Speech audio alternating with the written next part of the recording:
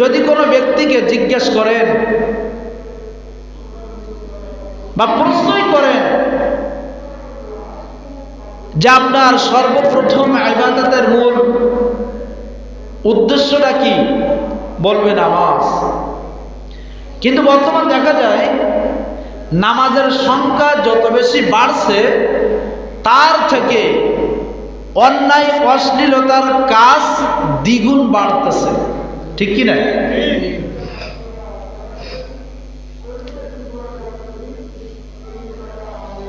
এটা আনুষঙ্গিক বিষয়ে যদি জানা যায় তাহলেও আপনি এটাই বাস্তবায়িত মনে করবেন, নামাজের সংখ্যা যত বেশি বাড়তেছে ওই নামাজিওয়ালা তত বেশি অন্যায় অশ্লীল কাজে জড়িত আছে, ঠিক কি না? নামাজ পড়তেছে, নামাজ শেষ, অন্যায় অশ্লীল কাজে জড়িত আছে। আবার যারা অন্যায় অশ্লীল কাজে জড়িত আছে তারা আবার নামাজও পড়ে না, আছে না? তাহলে এক কথা বলা যায়, নামাজ যত বেশি মানুষ পড়তেছে তত বেশি মানুষের থেকে অন্যায় অশ্লীলতার কাজ, বেহায়াপনার কাজ তত বেশি হইতেছে।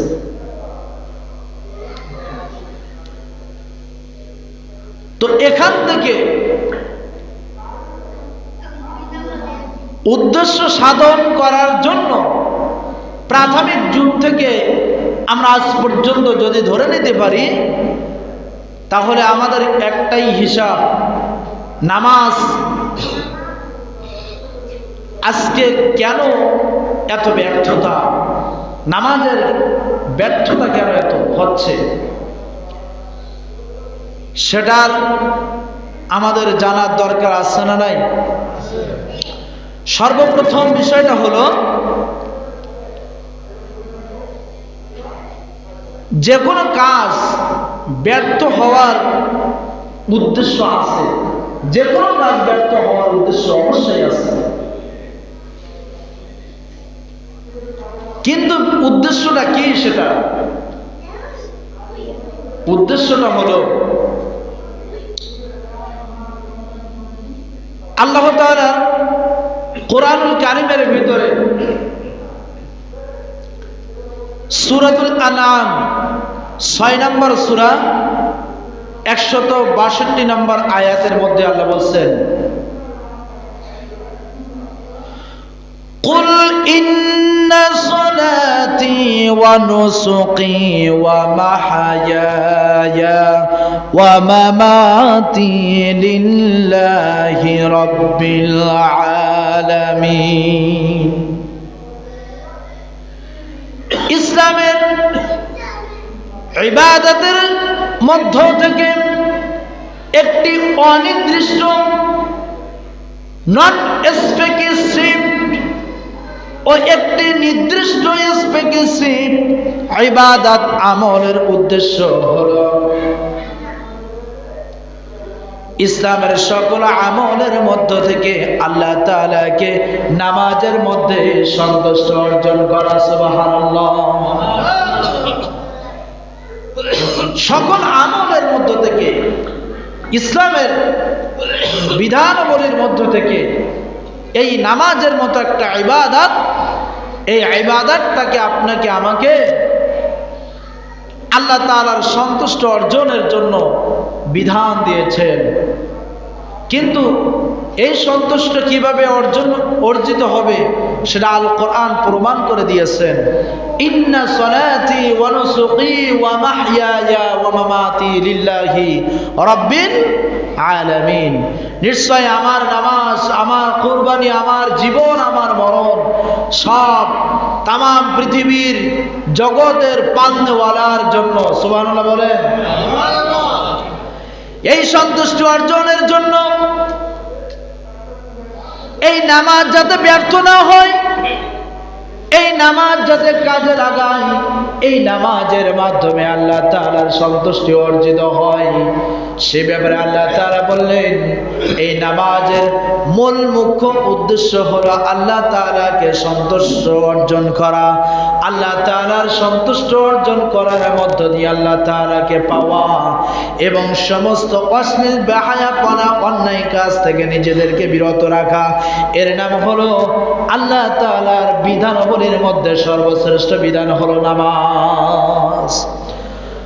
সূরাতুল আনামের 6 নম্বর সূরা 45 নম্বর আয়াতের মধ্যে আল্লাহ তাআলা বললেন ইন্নাস সালাতা তানহা আনিল ফাহশাই ওয়াল মুনকার ওয়ালা যিকরুল্লাহি আকবার ওয়াল্লাহু ইয়ালামু মা তাসনাউন। নিশ্চয় সমস্ত অশ্লীল কাজ অন্যায় কাজ আল্লাহ তাআলা নামাজের থেকে নামাজের মাধ্যমে আমাদেরকে বিরত রাখবেন। সুবহানাল্লাহ। এখন বলেন যদি কোনো ব্যক্তি নামাজও পড়ে আবার বাইরে যেয়ে বিভিন্ন হারাম কাজে লিপ্ত হয় তাহলে নামাজ তাকে অশ্লীলতার কাছ থেকে কিভাবে বিরত রাখলো?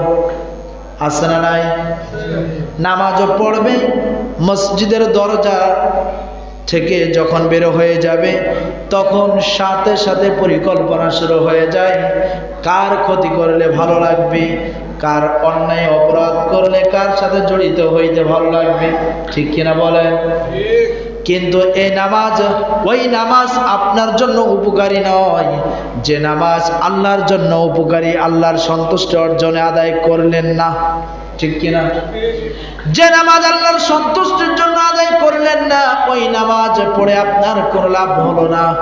যে নামাজ মানুষ দেখানোর জন্য আপনি আদায় করলেন, যে নামাজ সময় নষ্ট করার জন্য আপনি আদায় করলেন, ওই নামাজ আপনাকে কোনোদিন উপকারী মুখ দেখাইতে দিতে পারে না। জোরে বলেন ঠিক কিনা?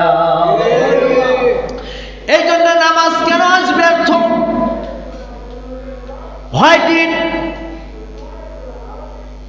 Why did is a prayer fail today? নামাজ আজকে কেন আপনার আমার জন্য ক্ষতিগ্রস্ত হচ্ছে? নামাজ ক্ষতিগ্রস্ত না আমি ক্ষতিগ্রস্ত? কে? নামাজ ক্ষতিগ্রস্ত না আমি ক্ষতিগ্রস্ত? আমি ক্ষতিগ্রস্ত। এখন ভালো করে বুঝে নিবেন আমার আল্লাহ পাক রব্বুল আলামিন এই কথাটা কেন বললেন? ইন্নাস সালাতা তানহা আনিল ফাহশাই ওয়াল মুনকার। আজকে দেখবেন নামাজি ব্যক্তি নামাজও পড়বে আর অন্যায় অশ্লীল কাজের সাথে জড়িত থাকবে। আবার দেখবেন কয়েক শ্রেণীর মানুষ আছে তারা নামাজ পড়ে না, কিন্তু নামাজ না পড়লে কি হবে তারাও বলে এটাই আমার নামাজ নেই মাগার ইমান তো ঠিক আছে। জোরে বলেন ঠিক কিনা? আছে না নাই? আরে নামাজ পড়ে না সে ব্যক্তি মুসলমান দাবি করে কি করে আমিও বুঝি না। সে যদি কোরআন পড়তো, যদি হাদিস পড়তো তাহলে কোনোদিন এই কথা বলতো না যে আচ্ছা আমি মুসলমান। ঠিক কিনা? আপনি জানেন কোরআন আছে, হাদিস আছে, খুলে দেখেন। যার নামাজ ঠিক তার ঈমান ঠিক। শুধু জুমার নামাজ আদায় করলে চলবে না। জোরে বলেন জুমার নামাজ আগে এসেছে নাকি 5 ওয়াক্ত নামাজ আগে এসেছে? হ্যাঁ, 5 ওয়াক্ত নামাজ আগে এসেছে, জুমার নামাজ কিন্তু আগে আসে নাই। ঠিক কিনা? তাহলে জুমার নামাজকে আপনি প্রাধান্য দিলেন কেন? আপনি হলেন জুমা আলী নাকি তাহলে? হ্যাঁ, সাপ্তাহিক জুমার নামাজ আদায় করলে আপনার ঈমান ঠিক থাকবে এটা এমন নয়। এই জুমার থেকে ফজরের নামাজের দাম আল্লাহ তাআলার কাছে অনেক দামি। সুবহানাল্লাহ বলেন।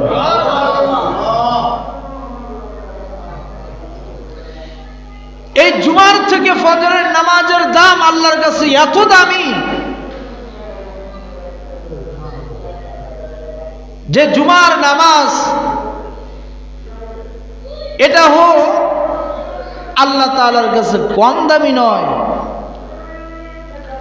5 ওয়াক্ত নামাজ না পড়লে আল্লাহ তাআলা অন্তরে মোহর মেরে দেন। জুমার নামাজ 3 জুমা পর পর না পড়লে আল্লাহ তাআলা অন্তরে শুধু মোহর মারেন না, বরং মুসলমানের খাতার থেকে নাম কাটিয়ে দেন। ঠিক কিনা? এটা আমার কথা না। অতএব আমরা যা কিছু করি না কেন, নামাজের সংখ্যা যত বেশি বাড়ছে, অন্যায় অশ্লীলতার কাজ তত বেশি দ্বিগুণ বাড়তেছে। ঠিক কিনা? আমার আল্লাহ তাআলা এখানে বলেন, নামাজি ব্যক্তি আর নামাজ এবং নামাজি ব্যক্তি এবং ব্যক্তির জীবন বিধানের সামাজিক জীবন বিধান থেকে যখন ইসলামের দৃষ্টিকোণ থেকে যে অন্যায় অপরাধ অশ্লীল কাজ রয়েছে, এই অন্যায় অপরাধ অশ্লীল কাজগুলো এই নামাজকে পৃথক করে দিয়ে দিয়েছে। ঠিক কিনা বলেন? নামাজ পড়লে আল্লাহ তাআলা অন্যায় অশ্লীল কাজগুলো থেকে নিজেকে বিরত রাখাবেন। নামাজ না পড়লে অন্যায় অপরাধ কাজগুলোকে আপনার মাধ্যমে সম্ভবপর হয়ে যাবে। তাহলে নামাজ আগে নাকি পরে? নামাজ আগে। পরে কোনটা? পরে হলো আপনার কাজ, তবে অন্যায় অশ্লীল কাজ নয়, বরং আপনার ন্যায় সঙ্গত কাজগুলো আগে। ঠিক কিনা বলেন? তাহলে বোঝা গেল আমার আল্লাহ পাক রব্বুল আলামিন তিনি বলেছেন, কোরআনের ভাষায় এই কথাটা বলতে হয়, সালাত আদায়কারী ব্যক্তি এবং সামাজিক জীবন থেকে, ব্যক্তিগত জীবন থেকে, ইসলামের দৃষ্টিকোণ থেকে যতগুলো অন্যায় অপরাধ অশ্লীলতা কাজের দৃষ্টান্ত আল্লাহ তাআলা দিয়েছেন, সমস্ত কাজের দৃষ্টি থেকে, সমস্ত কাজ থেকে আল্লাহ তাআলা এই নামাজের মাধ্যমে আপনাকে আমাকে পরহেজ রাখবেন। লক্ষণীয় বিষয় হলো আল্লাহ তাআলা নিশ্চয়তার কথা বলে এভাবে দিয়েছেন যে তারা দেখা গেল যে আল্লাহ তাআলা এই নামাজের মাধ্যমে আপনাকে আয়াতের মাধ্যমে বলে দিয়েছেন, সমস্ত জীবন বিধান হলো সমস্ত নিজের জীবনটাকে উজ্জ্বলতার করার জন্য, অন্যায় অশ্লীল কাজ থেকে বিরত রাখার জন্য, থাকার জন্য আপনার নামাজের কোনো বিকল্প নাই। নামাজ ছাড়া আর কোনো উপায় নাই। সুবহানাল্লাহ। তাহলে নামাজকে আদায় করতে হবে, স্বয়ং নামাজ প্রতিষ্ঠিত করতে হবে। নামাজ কি করতে হবে? প্রতিষ্ঠিত করতে হবে। নামাজ প্রতিষ্ঠিত করার বিশাল অর্থ এখানে দাঁড়িয়েছে। নামাজ প্রতিষ্ঠিত কাকে বলে? আল্লাহ পাক রব্বুল আলামিন তিনি বলেন, নামাজ প্রতিষ্ঠাতা মানে নামাজ সামাজিকভাবে ব্যবস্থাপনা করা। নামাজ কি করা? সামাজিকভাবে ব্যবস্থাপনা করা। নামাজের মাধ্যমে বান্দা আল্লাহ তাআলার ইবাদতের আনুষ্ঠানিকভাবে মজা পেয়ে যাওয়া। নামাজ শুধু একজন ব্যক্তির জন্য নয়, নামাজ শুধু একজনের ইবাদতের জন্য নয়, বরং নামাজ গোটা উম্মতের মুহাম্মাদের জন্য ইবাদতের মাধ্যম হয়ে যায়। ঠিক কি না? আচ্ছা, একজন নামাজ পড়লো আর বাকি কেউ পড়লো না, তাহলে হক আদায় হলো? হ্যাঁ। তবে জানাজার নামাজ একজন বা দুইজন পড়লো, বাকি সবাই না পড়লে কোনো অসুবিধা নাই। ঠিক কি না? তো নামাজ একজন যদি পড়ে তাহলে সেই একজনের সওয়াব হবে, বাকি যদি না পড়ে তাহলে বাকিরা সকলেই সওয়াব থেকে বঞ্চিত। ঠিক কি না? এবং জাহান্নামে তার ঠিকানা বানায় নিল। এ নামাজ প্রসঙ্গে তো আগে বিগত দিনের কথা আলোচনা হয়েছে, কিন্তু এখন এটাই বুঝতেছি যে মানুষ দিন যাচ্ছে, নামাজের সংখ্যা দিন দিন কমে যাচ্ছে না বাড়তেছে? গতকালকে 6টায় 45 মিনিটে ভূমিকম্প হয়েছে, জানেন? গতকালকে ঢাকায় 6টায় 45 মিনিটে ভূমিকম্প হয়েছে গতকালকে। এখন বলেন, ভূমিকম্পর হার বাড়তেছে না কমতেছে? জীবনে শুনেছেন এতদিন বয়স হয়েছে আপনাদের?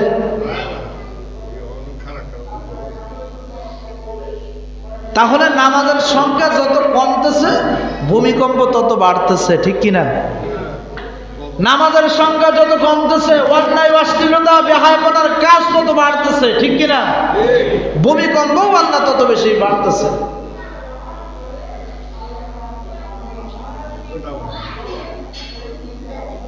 আমরা চিন্তা করি কি নিয়ে যাব, ঈমান হারা হয়ে বেঈমান হয়ে কবরে যাওয়া ছাড়া কোনো লাভ নেই, ঠিক কিনা? হাদিসের ভিতরে এসেছে বাইনার রজুলি ওয়া বাইনাল কুফরি তারকুস সালাত, নামাজ আর কাফের মানে মুসলমান আর কাফের মধ্যে পার্থক্য হলো নামাজ, ঠিক কিনা? এই নিয়ে আবার গবেষণা করবেন, ঠিক কিনা? যে মুসলমান আর কাফেরের মধ্যে পার্থক্য হলো নামাজ। তো এই নামাজ যদি না পড়ি তাহলে কি কাফের হয়ে গেল, ঠিক কিনা? হাদিস ইবনে জাবের রাদিয়াল্লাহু তাআলা থেকে বর্ণিত, মিশকাত শরীফের হাদিস, বুখারী শরীফের হাদিস, মুসলিম শরীফের হাদিস, 3 জায়গায় এসেছে হাদিসটা। সুবহানাল্লাহ বলেন। সুবহানাল্লাহ। এটা গবেষণা করতে হবে,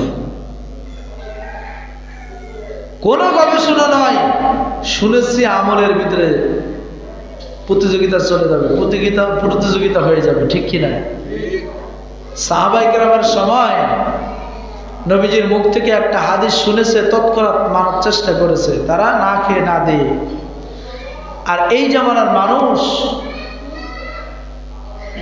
এত বিলাসিতা করতে করতে ঈমান হারাম হয়ে যাচ্ছে, কিন্তু ঈমান নিয়ে কবরে যাওয়ার চিন্তা ভাবনা ফিকির সে কিছুই নেই, ঠিক কিনা? নামাজ পড়তে হবে। এই নামাজ কার উপরে নাজিল হয়েছে? নবীজির উপরে। কার উপরে? নবীজির উপরে। 50 ওয়াক্ত নামাজ। কয় ওয়াক্ত? জোরে বলেন। 50 ওয়াক্ত নামাজ। 50 ওয়াক্ত নামাজকে নিয়ে আসা হয়েছে মাইনাস করে 5 ওয়াক্ত নামাজে পরিণত করা হলো। আল্লাহ তাআলা বললেন, নবীজি চিন্তার কোনো কারণ নেই, 50 ওয়াক্ত নামাজ নিয়ে আমার বান্দাদের উপরে ফরজ করতে গিয়েছিলাম, তোমার রিকোয়েস্টের কারণে আমি 45 ওয়াক্ত মাইনাস করলাম। অতএব 5 ওয়াক্ত নামাজ আদায় করলে 45 ওয়াক্ত সহ গড়ে 50 ওয়াক্ত নামাজের সওয়াব আমলনামায় দান করব। সুবহানাল্লাহর আওয়াজটা আরো জোরে দেন, বলেন সুবহানাল্লাহ। আকাশ বাতাস মুখরিত অবস্থায় আপনাকে আমাকে সুবহানাল্লাহ আলহামদুলিল্লাহর আওয়াজ এমন ভাবে উত্থাপন করতে হবে যে আওয়াজের কারণে শরীরের সমস্ত গাফলাতি এবং অলসতা যেন দুর্বৃত হয়ে জানালা দিয়ে পালিয়ে যায়, ঠিক কিনা? ভাই, 2টা পা ধরে বলি, নামাজ পড়েন।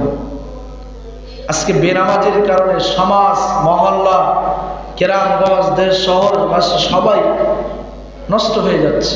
আল্লাহর পক্ষ থেকে আযাব আসতেছে অচিরেই। আমি তো বারবার বলতেছি, সতর্কতার জন্য নবীজিকে পাঠাইলেন, সতর্কতার জন্য আল্লাহ তাআলা উলামায়ে কেরামদেরকে নির্ধারণ করে দিয়েছেন মানুষকে সতর্ক করে দেওয়ার জন্য। ভূমিকম্প যত বেশি হবে আমাদের বেআমলের কারণে, আমাদের বেনামাজি হওয়ার কারণে, বুঝতে পেরেছেন? বেনামাজি হওয়ার কারণে। আল্লাহ পাক রব্বুল আলামিন এই নামাজ আদায়কারী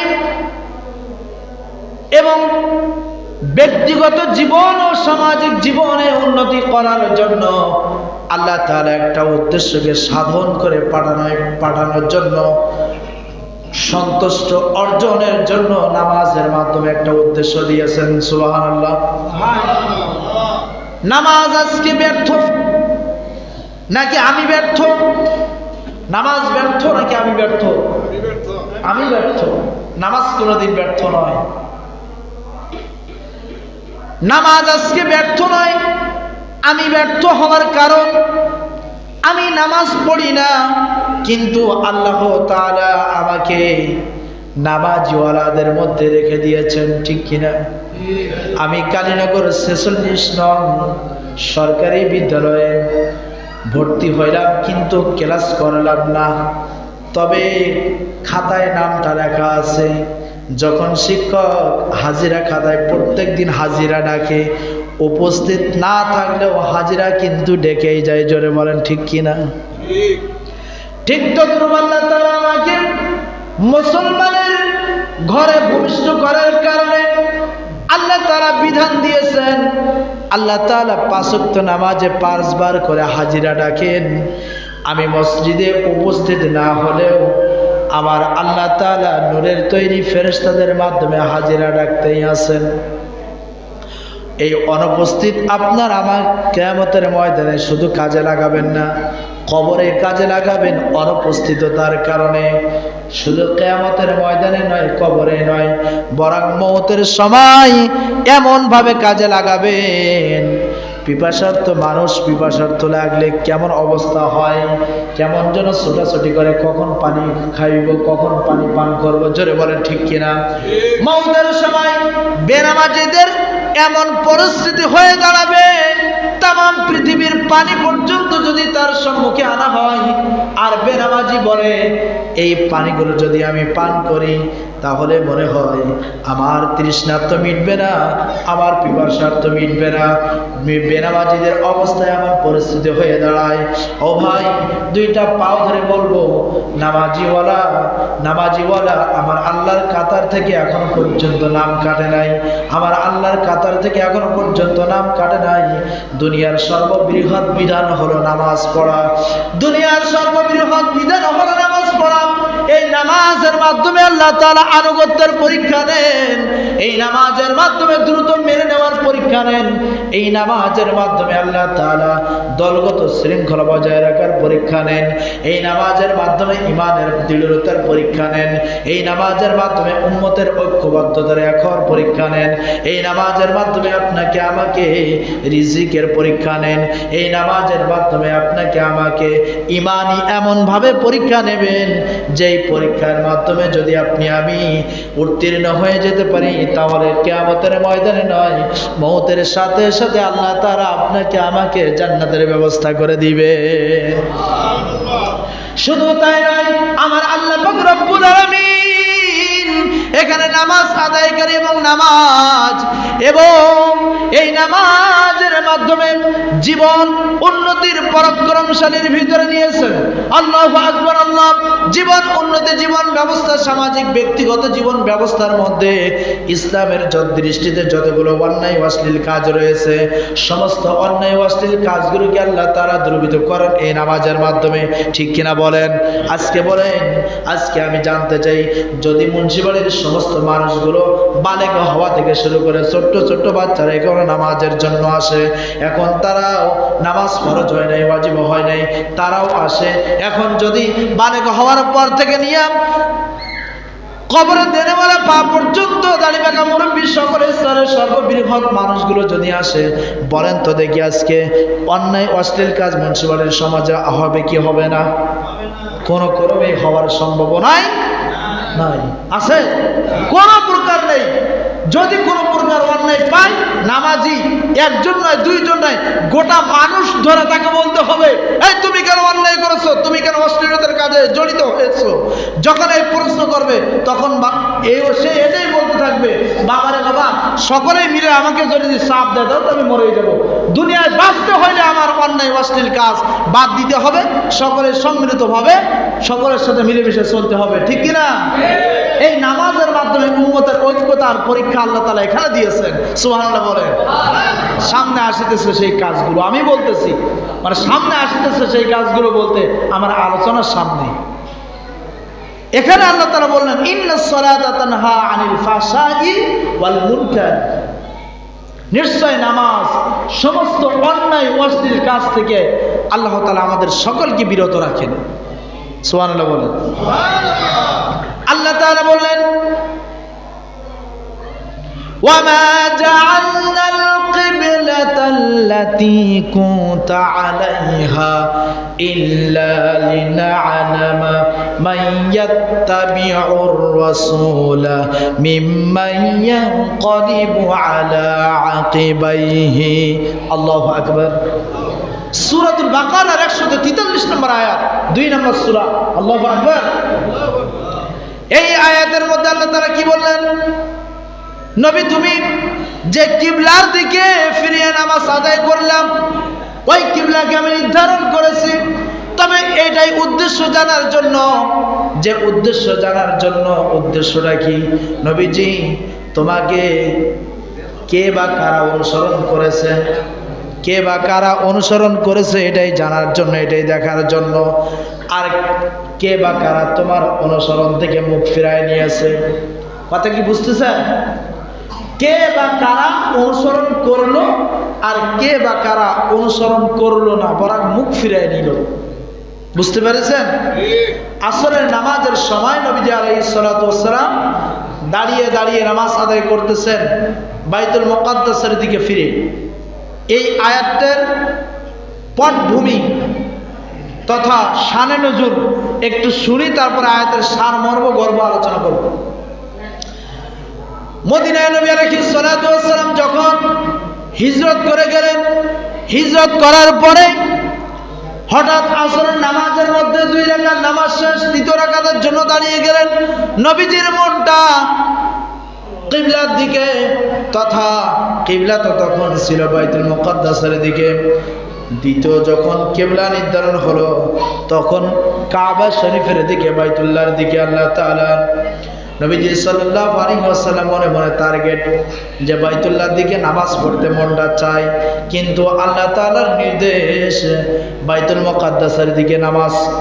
2 রাকাত যখন নামাজ পড়া শেষ হয়ে গেল, 3য় রাকাতের জন্য যখন দাঁড়িয়ে গেলেন, সাথে সাথে আল্লাহ তাআলা নবীজিকে অর্ডার দিয়েছেন ওয়ামা জাআলনাল কিবলাতাল্লাতী কুনতা আলাইহা ইল্লা লিনা'লামা ওয়ামান ইয়াত্তাবি'ুর রাসূলা মিম্মান ইয়ানকালিবু আলা আকিবাইহি। নবীজির উপর আয়াত নাযিল হয়ে গেল, ও নবী, তুমি যেদিকে ফিরে নামাজ আদায় করতেছো, আমি ওই দিকটা পরিবর্তন করে দিয়েছি, তথা বাইতুল্লাহর দিকে ফিরে নামাজ আদায় করো। সাথে সাথে নামাজের দিকে, ওই নামাজরত অবস্থায় বাইতুল্লাহর দিকে মুখ করে নামাজ পড়া শুরু হয়ে গেল। 3য় রাকাতে যে আল্লাহু আকবার বলেন। এখন পিছনে অনেক সাহাবায়ে কেরাম দাঁড়িয়ে নবীজিকে অনুসরণ করে নামাজ আদায় করতেছে। অনেক মুসল্লিদের মধ্যে প্রশ্ন জাগলো, কি ব্যাপার, নামাজ পড়লাম শুরু থেকে বাইতুল মুকাদ্দাসের দিকে তাকিয়ে, এখন 2য় রাকাতে নামাজের মধ্যে কিবলা পরিবর্তন হয়ে গেল, কারণটা কি? এখন কেউ কেউ নবীজির অনুসরণ করলো, আবার কেউ নবীজিকে অনুসরণ না করে তারা বাইতুল মুকাদ্দাসের দিকে ফিরে নামাজ আদায় করতেছেন। বুঝতে পেরেছেন? যারা নিজেদেরকে পণ্ডিত দাবি করলো, আছে না এমন? আছে কিনা? সূরা ফাতিহা জিজ্ঞেস করলে কমপক্ষে 100 জায়গায় ভুল হয়, কিন্তু মাসালা দেওয়ার বেলায় অনেক লম্বা লম্বা, আছে না নাই? জোরে বলেন। উযু করার তরিকাও ভালো করে জানে না, নাকে কিভাবে পানি দিতে হয়, নাসিকা পর্যন্ত পানি পৌঁছে দেওয়া, নাসিকা কাকে বলে এটাও জানে না। কতবার কুলি করতে হয়, নাকে পানি দিতে হয়, চোখ মুখ ধুইতে হয়, কোত্থেকে কোন পর্যন্ত, গয়া মুগয়া কাকে বলে এটাও বোঝে না, কিন্তু ওরে সুবহানাল্লাহ, আছে না নাই?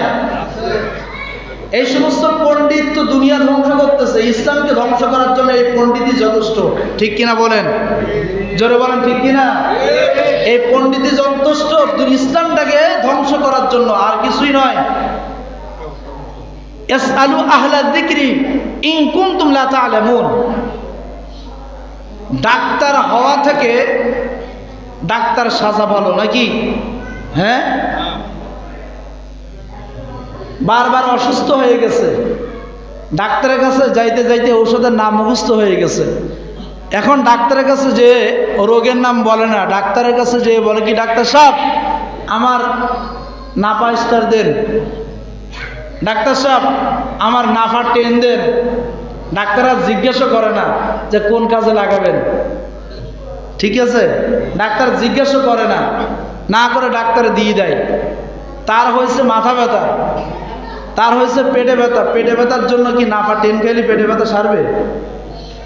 এখন ওই ডাক্তারের কাছে আবার গেছে, ডাক্তার সাহেব পেটে ব্যথা করতেছিল, নাফা টেন খাইছি, এখন তো পেটে ব্যথা বাড়ে না, বরং মাথা ব্যথা সারছিল, গায়ে জ্বর ছিল না, এখন জ্বর চলে এসেছে, কারণটা কি? ডাক্তার সাহেব মনে মনে হাসতেছে আর বলতেছে কি, যে আমিও ভাবতেছিলাম কেউ ডাক্তার সাজে আর কেউ পড়ালেখা করে ডাক্তার হয়। কথা বুঝেন ভালো করে?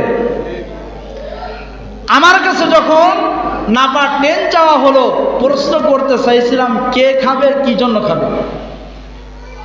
ডাক্তার মনে মনে ভাবতেছিল আর জিজ্ঞেস করলো না, আর এটাই বলতেছিল নিশ্চয় আমার কাছে আবারও আসতে হবে।